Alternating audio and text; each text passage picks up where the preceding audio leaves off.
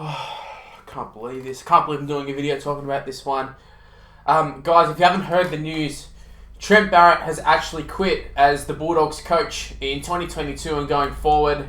I don't know who's taken over, but bloody emotional day. A very, very emotional day. A sad day. Look, Trent, he'll go down as one of the best coaches of all time for the Bulldogs. A win rate of around 16%. Wait, let's go! Trent Barrett's gone! So apparently today there was supposed to be a meeting where Trent Barrett was going to meet with the Bulldogs board, most likely going to get sacked. So I guess he just saved the hassle. He didn't want to come in. He didn't want to turn up as a coach, so why turn up to get sacked as well? The guy was a failure at Manly. He's a failure at the Bulldogs. I think his overall win percentage as a coach is in the 30% mark, which is pretty terrible for a coach, especially with some of the teams he's actually had to work with. The Manly side was much better. Like last year, they're going to look at the Bulldogs side, and even this year's side to a degree, and be like, well, look at some of those players. But when he was at Manly, he had Tommy Turbo, he had DCE, he had a lot of good players in that side, and he still couldn't get them going. Now, I feel like all fans around the NRL, I feel like they will actually be really, really sad, because for the last couple of years, every time you take it on the Bulldogs, you just knew it was a guaranteed win. At least when Dean Pay was the coach, and I didn't really rate Dean Pay as a coach. Desi in the last couple of years was absolutely terrible as well for us. But at least you knew that it was going to be a fairly competitive game, and the Bulldogs were going to try hard. This year, like, it feels like, apart from the few games that we did win, and even last year as well, apart from the few games we did win, just felt like we were literally the laughing stock. And we still are. We are the laughing stock. We don't know who's going to be our coach. We don't know who's going to be our coach next year. I feel like there's going to be a little interim coach. I know there's going to be lots of talks about Shane Flanagan and probably guys like Jeff Tuvey and all those sort of ones. I don't really have an opinion on who should be the next coach. But I will say right from the start was not keen on Trent Barrett. Try to convince myself that things might be okay, but things are definitely not okay.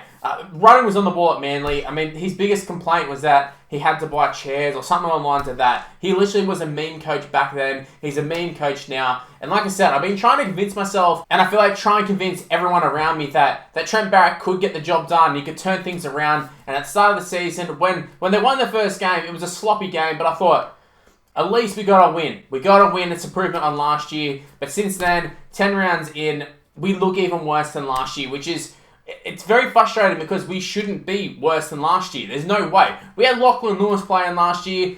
We had bloody Avarillo sort of filling in at halfback every week. We had Will Hopewadi. We had bloody all these players who aren't in the NRL anymore, or they're off the Super League, or they're retired, or something along the lines of that. We had all these guys playing. So at least last year you could be like, yeah, well, they didn't have a great side. But this year, there is no excuses. And that's why he's ended up facing the sack. And that's why he's quit. He knew he was done. He'd rather go and quit rather than get sacked. I think it says a lot about Trent Barrett. But, look, I was getting frustrated every week. Bulldogs fans were seeing him come and sit in the press conference and go, well, guys, if we just completed our sets, we would have won. But the problem was, even when we did complete our sets, we didn't score points.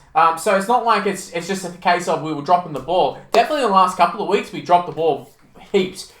Like, the players really need to pull their heads in and also catch the ball. They definitely need to do that. But at the same time, he's the same guy who was picking these lineups every week. Guys like Ockenbaugh, guys like Naden, guys like Waddell. He seems like he was the first one picked every week. It was the same when he was at Manly. I feel like Manly fans were like, Corey Waddell, how's he getting picked? And then he comes to the Bulldogs, same story. How's Corey Waddell getting picked? But he's one of the first players that seems to get picked. If ever there's an injury to any of the main second rowers, straight in the starting side, all Bulldogs fans and all Manly fans, I feel like we can all look at each other and be like, yeah, I feel your pain. We can relate. We can relate. So in terms of what I was saying earlier about all the NRL fans, apart from Manly and Bulldogs fans, they'll all be rejoicing because when Trent Barrett's a coach, that's an easy dub. That's a guaranteed dub. And the teams who did lose to the Bulldogs over the last couple of years, apologies. It is embarrassing. It is what it is. Now, I don't really have anything too much further to say. I just wanted to do a video talking about Trent Barrett being gone and how happy I was. It's something that I've been calling for the last couple of weeks. I know a lot of people have been calling it since last year, and I thought, give him a little bit more time. Let him see what he can do with this outfit that we've got this year. We signed Josh Adokar, signed Matt Burton, Pangai Jr. You've got Paul Vaughan, Dufty. There's a whole bunch of new players into the side. Nader was another one. And he was pretty instrumental in bringing a lot of these players across, even in terms of like kick out. Looks like he was a big influence on getting him over. So we'll say the one positive for Trent Barrett is he knows how to sign a player. But also Nathan Brown knows how to sign a player too, and he still can't win games. So look, just because you can recruit pretty well doesn't mean that it's going to reflect in wins. Knights have figured that out. Warriors are figuring that out right now. And also the Bulldogs have figured that out too. So, look, unlucky Trent Barrett. You're probably a pretty good assistant from what I can gather. A lot of the players seem to like him. So I don't think it's a case of players not liking him or not wanting to play for him or anything. Just, look, he did need to make some harsher calls. He needed to drop players. He needed to debut some players, and he just wouldn't do it.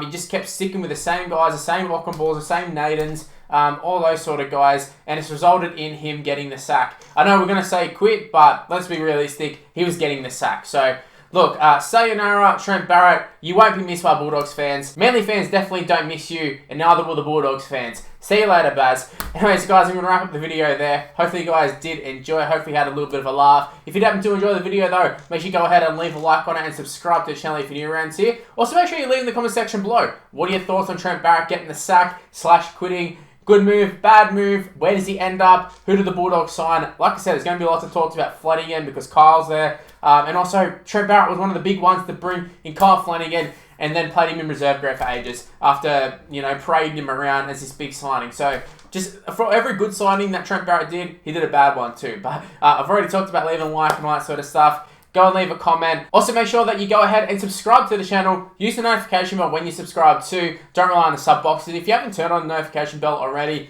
go ahead and do that. The sub box is super dodgy. Never miss any of my videos. Use the notification bell. Also, go ahead and chuck me a follow on social media. It's on the screen right now. It's Mr. Luke and YT for the most part. My Facebook's Mr. Luke, but everything else, including Snapchat, including TikTok. Been uploading on TikTok a fair bit. Got a fair few followers going, a few views. It's Mr. Luke and YT. Give me a follow, give me an ad. Also, become a member of the channel. I think we've got like 7 members at the moment. Something along the lines of that. 7 beautiful people. Love yous all. Now, to become a member, you click on the link in the description below. There's 3 levels. Pick whatever level you want to do. Take a look at them. Become a member of the channel and support me. Anyways, guys, thanks for watching the video. Stay tuned for more content on the channel. I've got some Rugby League Live 4 stuff to come back. I've got some more NRL videos to come as well. So stay tuned for that, and I'll see you in the next one. See yous.